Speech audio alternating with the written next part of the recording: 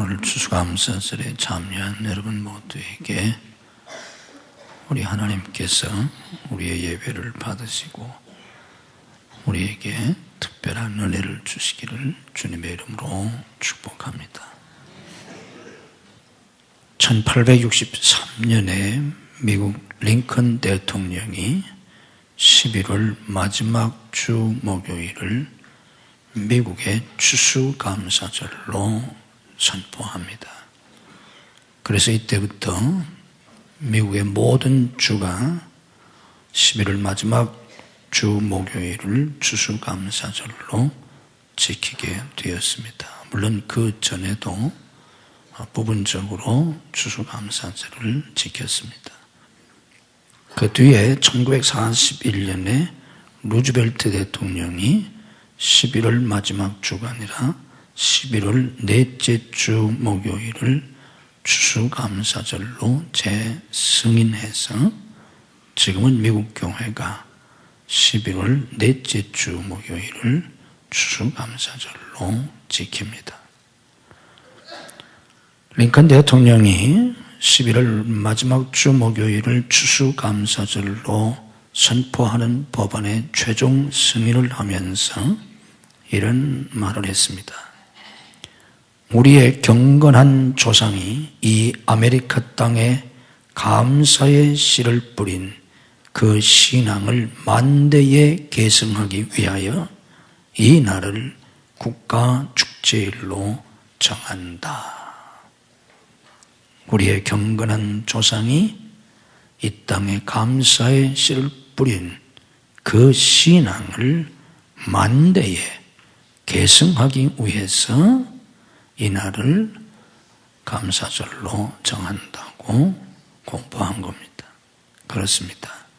추수감사절을 지키는 이유는 우리가 한 해 동안 하나님이 주신 은혜에 감사하고 특별히 과거 그리고 지금도 농경사회에서 살고 있는 사람들은 봄에 씨를 뿌려 가을에 수확을 거두어서 그것을 감사하는 예배로 드리고 농사를 짓지 않은 사람들도 한 해 동안 하나님이 베푸신 은혜를 되돌아보며 그 은혜에 감사해서 특별히 감사 예배를 드립니다. 뿐만 아니라 우리 믿음의 조상들이 지켰던 그 감사의 신앙, 그걸 오늘 우리가 계승하고 우리의 자녀와 후손 만대에 그 신앙을 계승하기 위해서 오늘 모든 교회가 추수감사절을 지키는 겁니다. 추수감사절의 성경적 기원은 구약시대 때에 이스라엘 백성들이 지켰던 수장절 혹은 초막절이라고 하는데 그 수장절에 기인합니다.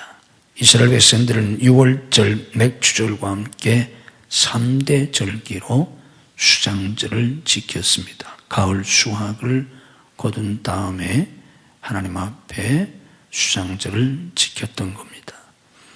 현대적 추수감사절의 기원은 1620년 신앙의 자유를 찾아 신대륙에 갔던 그 유명한 영국의 청교도들이 모진 고난과 시련 그리고 절반 이상이 죽는 말할 수 없는 고난의 시절을 보내고 그 다음 해 1621년 가을에 수확을 거두어서 3일 동안 감사의 축제를 가졌는데 여기에서 현대 추수감사절이 시작이 되었던 겁니다. 그리스도인들에게 있어서 감사는 하나님의 은혜에 대한 응답입니다. 감사는 하나님의 은혜에 대한 응답입니다. 우리 기독교의 아주 중요한 특징이 기독교는 은혜의 종교라는 겁니다. 그리스도인의 삶은 처음부터 끝까지 은혜입니다. 요한복음 1장 16절에서 말씀하는 것처럼 은혜 위에 은혜로라. 이게 그리스도인의 삶입니다. 그리스도인들은 은혜로 구원받아서 은혜로 삽니다. 은혜로 살다가 은혜로 죽어서 그리스도인들에겐 죽는 것도 하나님의 은혜입니다. 은혜로 구원받아서 은혜로 살다가 은혜로 죽어서 죽은 다음에는 하나님의 더 큰 은혜로 천국에 가서 영생 복락을 누리는 겁니다. 아멘. 이게 그리스도인의 삶입니다. 우리가 얻은 새 생명도, 우리가 얻은 하나님의 자녀의 그 영광스러운 새 신분도, 우리가 받은 거룩한 직분도, 우리가 받은 사회적 지위도, 우리가 얻은 소유도, 우리의 성취도, 우리의 미래도 다 하나님의 은혜입니다. 고린도서 4장 7절에서 내게 있는 것 중에 받지 아니한 것이 무엇이냐 말씀하십니다. 내게 있는 것 중에 받지 아니한 것이 무엇이냐? 하나도 없습니다. 모든 게 다 하나님이 우리에게 주셨기 때문에 우리가 받아 누리는 것입니다. 모든 것이 하나님의 은혜라면 이 은혜에 대한 자연스럽고 당연한 응답이 감사합니다. 그래서 감사는 항상 은혜를 전제합니다. 은혜 없이는 감사가 있을 수가 없습니다. 그리고 은혜가 있다면 마땅히 감사해야 합니다. 그래서 신약 성경 용어인 헬라어에는 감사라는 이 단어와 함께 은혜라는 단어가 똑같이 카리스입니다. 은혜를 나타내는 카리스라고 하는 그 단어 속에 감사라는 뜻 자체가 포함이 되어 있습니다. 은혜와 감사는 별개의 것이 아닙니다. 은혜가 있기 때문에 감사해야 하는 것이고, 은혜가 있다면 마땅히 감사를 해야 합니다.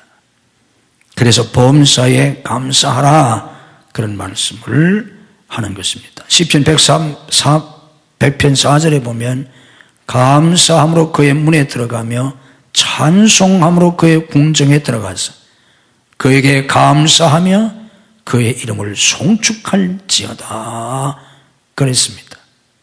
오늘 본 말씀에 범사에 감사하라, 이것이 그리스도 예수 안에서 너희를 향하신 하나님의 뜻이다.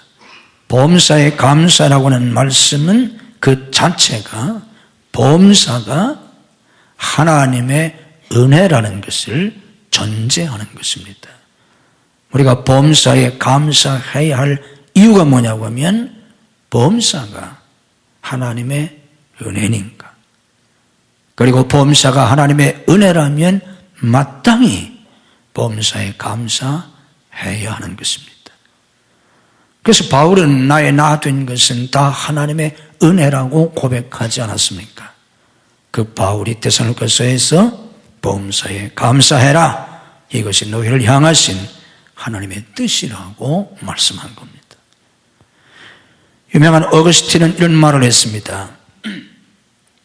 믿음, 소망, 사랑에 나는 한 가지를 더 하고 싶은데 그것은 감사다.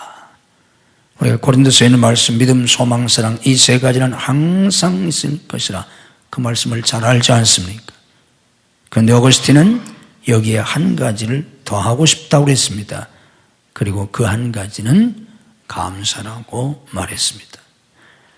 유명한 신학자인 라이놀드 니버도 신앙의 3요소인 믿음, 소망, 사랑에 하나를 더하라고 한다면 단연 감사다, 그렇게 말했습니다.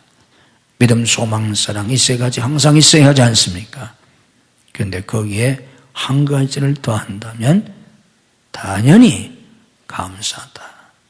믿음, 소망, 사랑 없이 살 수 없는 것처럼 그리스도인은 감사 없이는 살 수 없다는 의미입니다.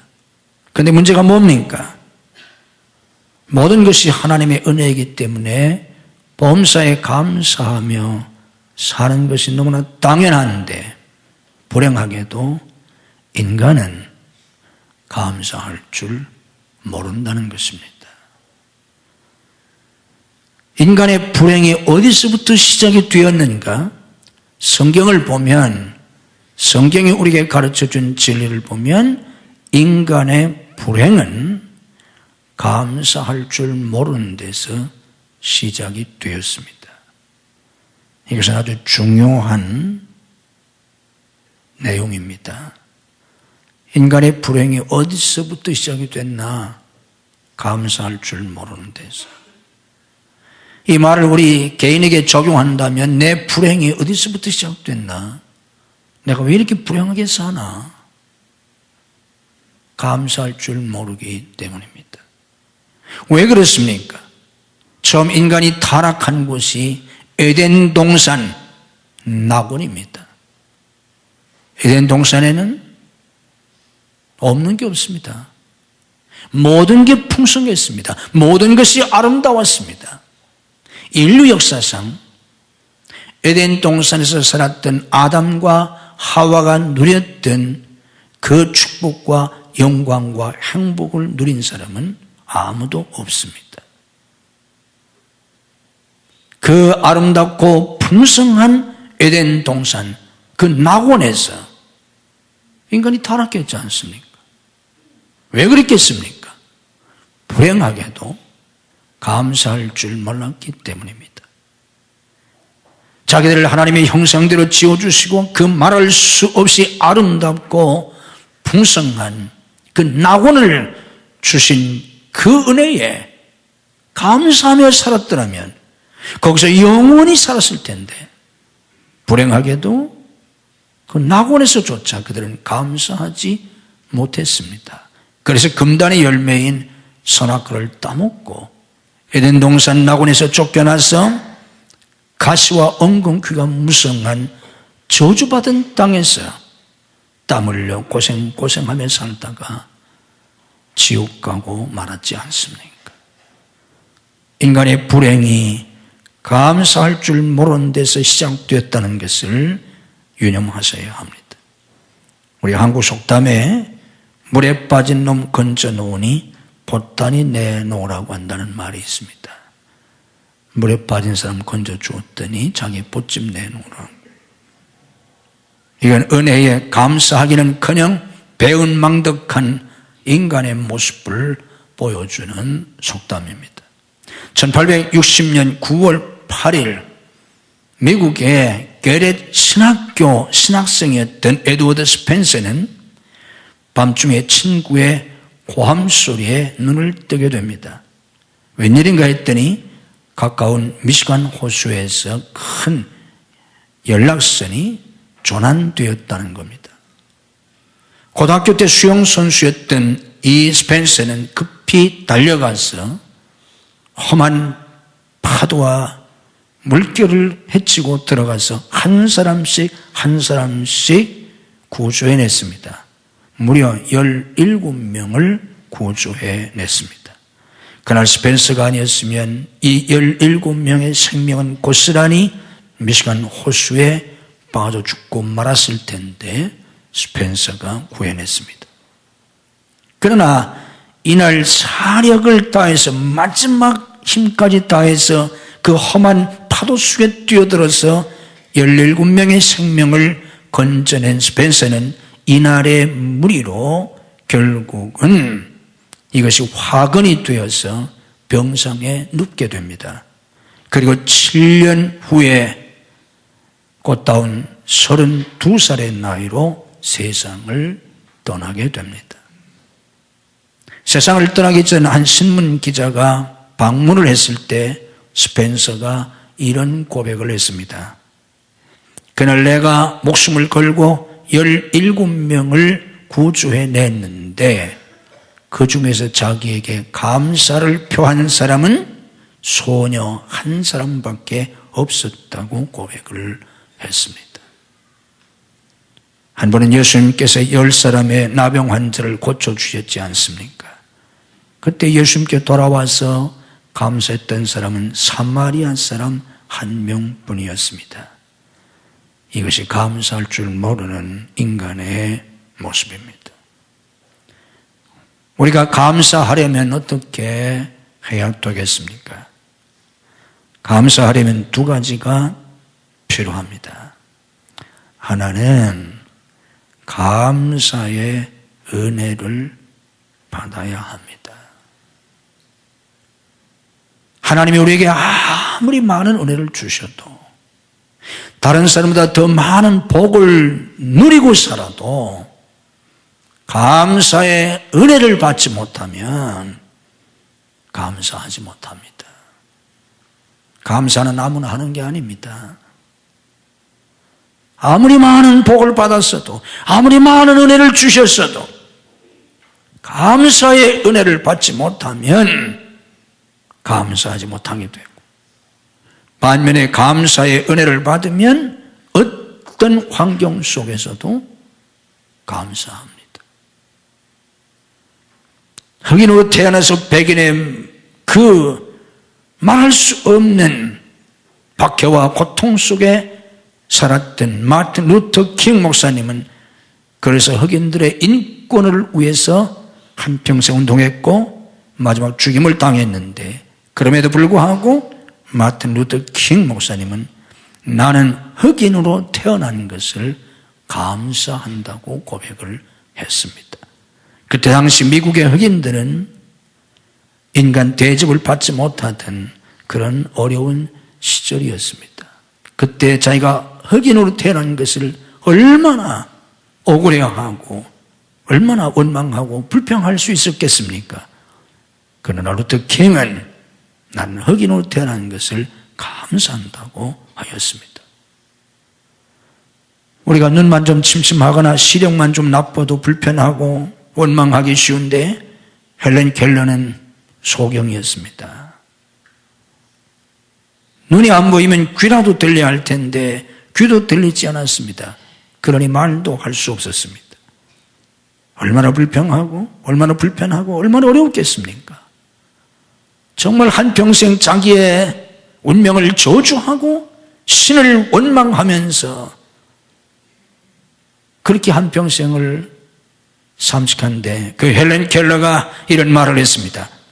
나는 나의 약점으로 인해 오히려 하나님께 감사한다. 나의 이런 약점들 때문에 나는 오히려 하나님께 감사한다고 고백을 했습니다. 도대체 이런 사람들은 누구입니까? 남보다 더 복을 받은 사람들입니까? 남보다 더 유복한 환경 속에서 산 사람들입니까? 아닙니다. 그들이 그럴 수 있었던 것은 감사의 은혜를 받았기 때문입니다. 1874년부터 3년 동안 미국 미네소타주에서 극심한 가뭄이 있었습니다. 극심한 가뭄과 심한 메뚜기 떼로 농작물이 전멸하는 일이 발생했습니다. 무려 3년 동안. 그러니 남은 것이 무엇이 있었겠습니까? 얼마나 힘들었겠습니까?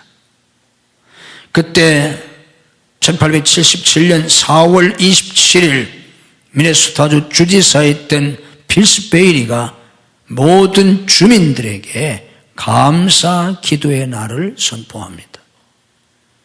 3년 동안 가뭄이 들고 극심한 메뚜기 떼로 농작물이 다 황폐하게 됐는데 무슨 감사 기도의 날을 가질 수 있겠습니까? 그러나 경건한 믿음의 사람이었던 주지사 필스 베일리는 온 주민들에게 감사 기도의 날을 선포하고 감사 기도를 드렸습니다. 그러자 놀랍게도 들판을 뒤덮고 있던 메뚜기 떼가 과학적인 아무 이유를 찾아볼 수 없는데 전부 죽어버리는 기적이 일어났습니다. 감사의 은혜를 받아서 감사하면 우리의 상상을 초월하는 하나님의 기적의 역사가, 축복의 역사가 나타납니다. 오늘 우리 하나님께서 여러분들에게 이 감사의 은혜를 주시기를 주님의 이름으로 축복합니다. 감사의 은혜를 받으면 감사할 수 없는 조건 속에서도 감사하게 되고, 감사의 은혜를 못 받았으면 다른 은혜를 아무리 받아도 감사할 줄 모릅니다. 이것이 감사의 비밀입니다. 또 하나, 감사하며 살려면 성령 충만해야 합니다. 유명한 종교개혁가 마틴 루터가 이런 말을 했습니다. 마귀의 세계에는 감사가 없다. 마귀의 세계에는 감사가 없다. 마귀의 지배 속에 사는 사람은 감사가 없습니다. 만약에 여러분이 늘 원망하고 불평하고 분노하면서 산다면 혹시 내가 마귀의 지배 속에 지금 살고 있지 않나 자신을 생각해 볼 필요가 있습니다. 마귀의 지배 속에 사는 사람들에겐 감사가 없습니다. 육에 속한 사람들은 감사할 줄 모릅니다. 이스라엘 백성들은 430년 동안 애굽에서 노예생활을 하다가 하나님의 놀라운 역사로 10가지 재앙이 일어나고 홍해가 갈라지는 어마어마한 하나님의 역사로 출애굽했습니다. 그리고 하루도 살 수 없는 생존 불가능한 죽음의 땅 광야에서 무려 40년을 살았습니다. 매일같이 기적으로 산 겁니다. 하루하루 하나님의 기적 속에서 그렇게 살았습니다. 그런데 그들은 감사는커녕 매일 원망하고 불평하면서 살았습니다. 결국 출애굽 1세들은 여호수아 갈렙 외에 다 광야에서 죽고 가나안 땅에 들어가지 못했습니다. 육의 사람들은 감사할 수 없습니다. 감사하려면 성령 충만한 영적 사람들이 되어야 합니다. 성령 충만하면 어떤 환경 속에서도 감사하게 됩니다. 그래서 바울과 실라는 복음을 전하다가 억울하게 붙잡혀서 심한 매를 맞고 감옥에 갇혀 있으면서도 감사 찬송했고 그때의 옥중의 기적이 일어났지 않습니까? 고린서 2장 12절에 우리가 유념해야 할 아주 중요한 말씀을 하고 있습니다. 고린도전서 2장 12절 말씀 보면 우리가 세상의 영을 받지 아니하고 오직 하나님으로부터 온 영을 받았으니 이는 우리로 하여금 하나님께서 우리에게 은혜로 주신 것들을 알게 하려 하심이라. 우리가 세상의 영을 받지 아니하고, 세상의 영은 사탄을 가리킵니다. 악령을 가리킵니다. 우리는 세상의 영을 받지 않았다. 오직 하나님으로부터 온 영을 받았다. 하나님으로부터 온 영은 하나님의 영, 그리스도의 영이신 성령입니다. 그런데 우리에게 하나님이 성령을 주신 이유가 뭐냐? 이는 우리로 하여금 하나님께서 우리에게 은혜로 주신 것들을 알게 하려 하심이라는 겁니다. 무슨 뜻입니까? 세상의 영, 사탄의 영은 본래 대적하는 영입니다. 참소하는 영입니다. 원망 불평하는 영입니다. 그래서 사탄의 역사하면 원망 불평하게 된다, 그 말입니다. 사탄은 세상적 기준으로 만사를 보게 합니다. 세상의 부귀영화를 축복의 척도로 생각하게 합니다. 눈에 보이는 것만 가지고 평가하게 합니다.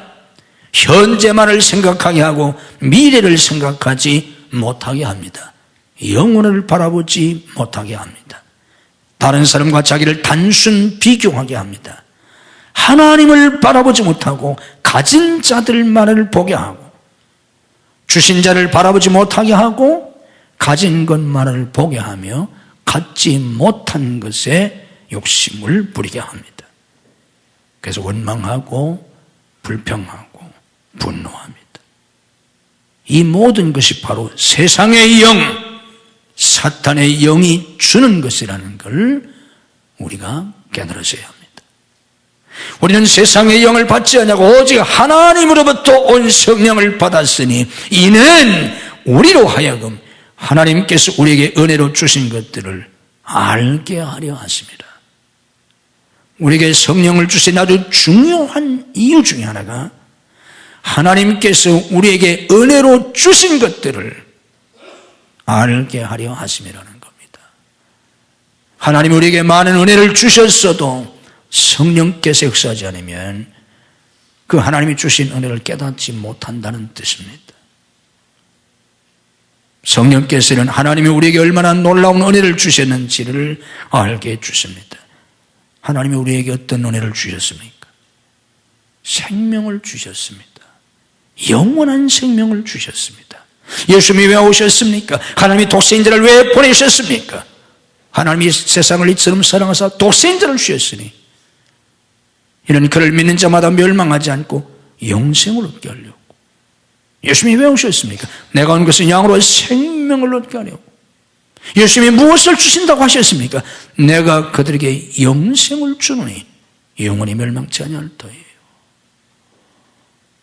이 생명, 이 영생을 주신 그 하나님의 은혜, 이게 얼마나 큰 은혜입니까? 온 우주를 우리에게 주신다고 할지라도 이것보다 더 귀할 수가 없습니다. 우리 하나님께서는 우리에게 이 생명을 주시기 위해서 어떻게 하셨습니까? 하나님이 세상을 이처럼 사랑하사 독생자를 주셨으니, 독생자를 주셨지 않습니까? 예수님이 오셨지 않습니까? 십자가에서 피 흘려 우리의 죄를 대신 짊어지고 죽으시지 않으셨습니까? 하나님이 인간의 몸을 입고 오셔서 우리의 죄 때문에 우리의 죄를 대신 짊어지고 십자가에서 대신 피 흘려 죽으셔서 예수님의 피로 우리의 죄를 씻어주시고 예수님의 생명으로 거듭나게 하신 이 하나님의 은혜, 얼마나 큰 은혜입니까? 우리가 이 은혜 하나만 깨달아도 우리는 평생 그리고 영원히 감사하며 살 수 있습니다. 이 은혜 하나만 깨달아도, 이 은혜 하나만 깊이 깨달아도 우리는 평생 감사하며 살 수 있어요. 그런데 이걸 우리가 깊이 깨닫지를 못하지 않습니까? 성령께서 이걸 알게 해 주셔야 한다는 것입니다. 우리에게 생명을 주신 그 하나님의 은혜, 우리를 자녀 삼아주신 그 하나님의 은혜, 하나님을 아버지라고 부를 수 있는 이 엄청난 특권, 아무 보잘것없고 쓸모없는 무능력하고 무가치한 우리를 주님의 일꾼, 천국의 일꾼으로 삼아주셔서 교회에서 집사가 되게 하시고 권사가 되게 하시고 장로가 되게 하시고 목사가 되게 하시고 족장이 되게 하시고 교사가 되게 하시고 찬양대원이 되게 하시고 전도인이 되게 하시고 뭐가 되게 하시고, 이게 얼마나 큰 은혜입니까? 말도 할 수 없는, 정말 말할 수 없는 그런 하나님의 은혜인데 이것을 깨닫는 사람이 몇 사람이나 되겠습니까? 이것이 엄청난 은혜인 것을 누가 알고 있습니까? 성령께서 깨닫게 해주시지 않으시면 깨닫지 못합니다. 성령께서 이것을 알게 해주신다는 것입니다. 구원받은 성도는 하루하루 사는 것이 하나님의 은혜입니다. 하나님이 친히 함께 하셔서 우리를 보호해 주시고 우리를 지켜주시고, 시편 121편 7절 말씀처럼 환난을 면하게 해주시고, 시편 136편 16절 말씀처럼 고난을 통과하게 하시고 승리하게 하시지 않습니까? 마태복음 7장 12절 말씀처럼 우리의 기도에 좋은 것을 응답해 주시고, 로마서 8장 28절 말씀처럼 모든 일에 합력하여 선을 이루게 해주시지 않습니까? 그리고 로마서 8장 18절 말씀 등에 있는 것처럼 지금 현재 우리가 사는 것 혹은 당하는 고난과 좋게 비교할 수 없는 그런 미래의 영광, 저 천국의 영원한 영광을 우리에게 주시지 않습니까? 이 어마어마한 상상도 할 수 없는 이 하나님의 은혜를 우리가 깨달을 수만 있다면 영원히 감사하며 살 수 텐데 이걸 깨닫지를 못합니다. 하나님께로부터 오신 영, 성령께서만이 하나님께서 우리에게 은혜로 주신 것들을 알게 해 주신다는 것입니다. 그래서 성령 충만해야 감사의 삶을 살 수 있습니다. 론다 번이라고 하는 사람이 미국에 가서 뛰어난 저술과 과학자, 철학자들과 함께 성공의 비밀을 연구했습니다. 자기 혼자 연구한 게 아니라 탁월한 그런 사람들과 함께 성공의 비밀을 밝혔는데, 그들이 연구한 결과 성공자들은 어떤 사람들인가? 감사가 몸에 배어 있는 사람들이라는 걸 밝혀냈습니다. 감사가 몸에 배어 있는 사람들, 그들이 성공하더라는 겁니다. 그런데 이 론다 본 팀이 연구한 결과, 그들이 많은 사례들을 연구해 보니까 감사가 몸에 배어 있는 사람, 그러니까 감사하지 않겠습니까? 그 사람들에게는 감사할 일들이 계속 일어났다는 겁니다. 이 점 유념하셔야 합니다. 내가 감사의 은혜를 받아서 감사하면 감사할 일이 계속 생깁니다. 아멘. 그런데 이것도 못마땅하고 저것도 불만이어서 원망하고 불평하고 분노하면 계속 불만스러운 일들이 생깁니다. 계속 원망스러운 일들이 생깁니다. 계속 분노할 일들이 생깁니다. 이게 인생의 법칙이고 영의 법칙입니다. 내가 자꾸 불평할수록 자꾸 못마땅한 일들만 자꾸 생겨요. 내가 자꾸 화내고 분노하기 시작하면 자꾸 화낼 일만 생깁니다. 이게 원리예요. 그런데 내가 믿음으로 하나님의 은혜로 감사하면 신기하게도 자꾸만 감사할 일들만 생깁니다. 그러니 그들이 성공할 수밖에 없지 않습니까? 오늘 이 복된 추수감사절에 우리 하나님께서 저와 여러분들에게 감사의 은혜를 주시기를 주님의 이름으로 축복합니다.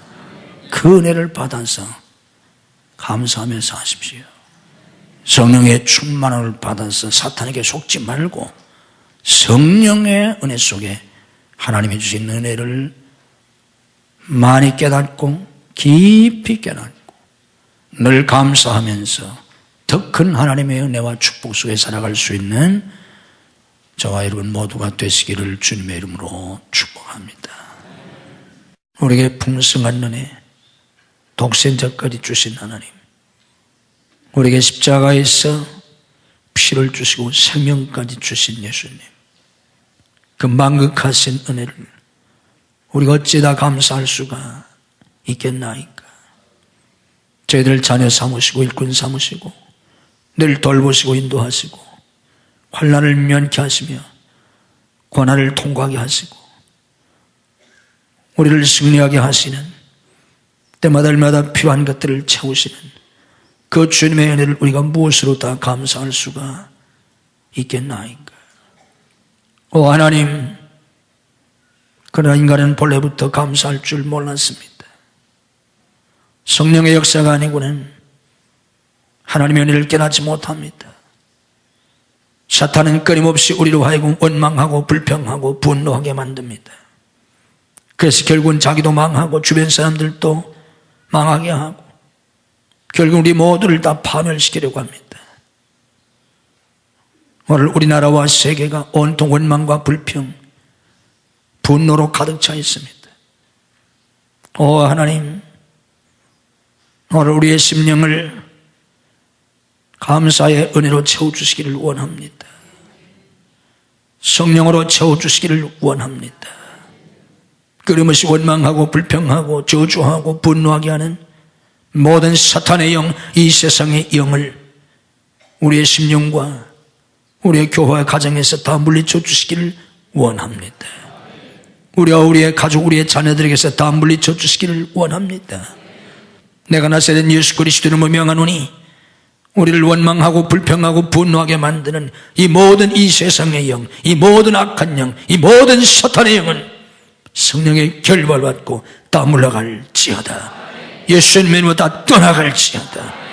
성령으로 충만하게 하셔서 하나님의 그 크신 은혜를 깊이 깨닫고 평생 감사하며 천국에서까지 영원히 감사하며 찬양하며 살아갈 수 있는 저희 모두가 되게 해 주시옵소서. 믿음으로 가슴에 손을 얹습니다.